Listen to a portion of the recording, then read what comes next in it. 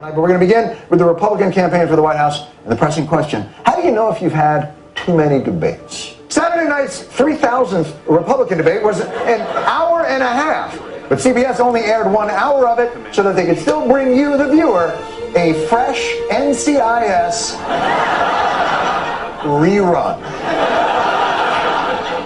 Probably because CBS wanted people to learn something about how the government can work. But the first hour still provided an opportunity to follow some compelling storylines. Would Newt Gingrich's recent poll surge continue? Does me saying poll surge make you think of Herman Cain? The mainstream media's plan is to push Newt Gingrich to the public. All their other plans have failed. Realize this. Don't be manipulated. Google Ron Paul. And if you bet Ron Paul and the over was 90 seconds of speaking time, would you lose that bet? The answer, yes, and...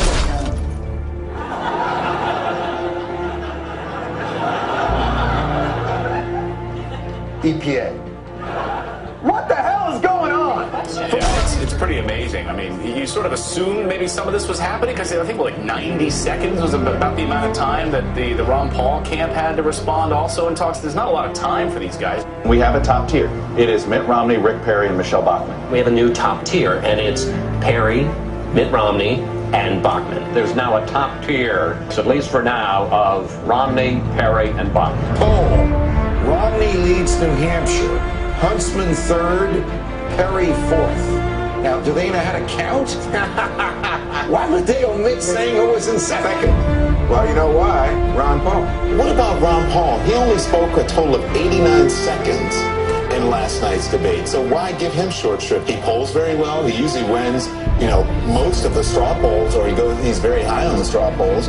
So what gives you? He only spoke for 89 seconds. I'm not really sure what's to give, actually, why he hasn't had an opportunity to really speak during these debates more than he has. You're right. He's shown to be really in touch with the voters. They seem to really like some of his views, and it shows whenever the straw polls are being held. Hey, look.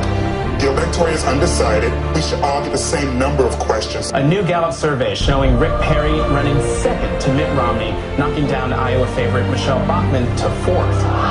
Behind who?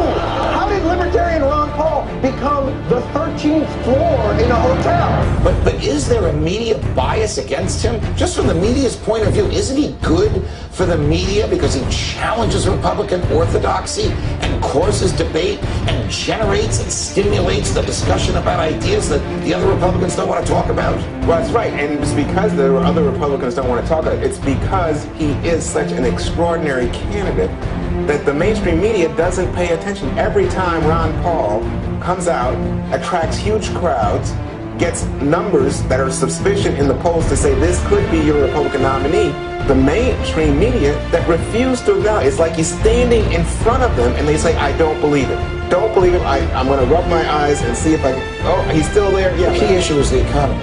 Right. No one has been stronger on what has caused these problems. No one has been more consistent. No one has done more to bring the Federal Reserve and money printing and central planning of economic activity into focus than Ron Paul. This is all Ron Paul. This is all Ron Paul.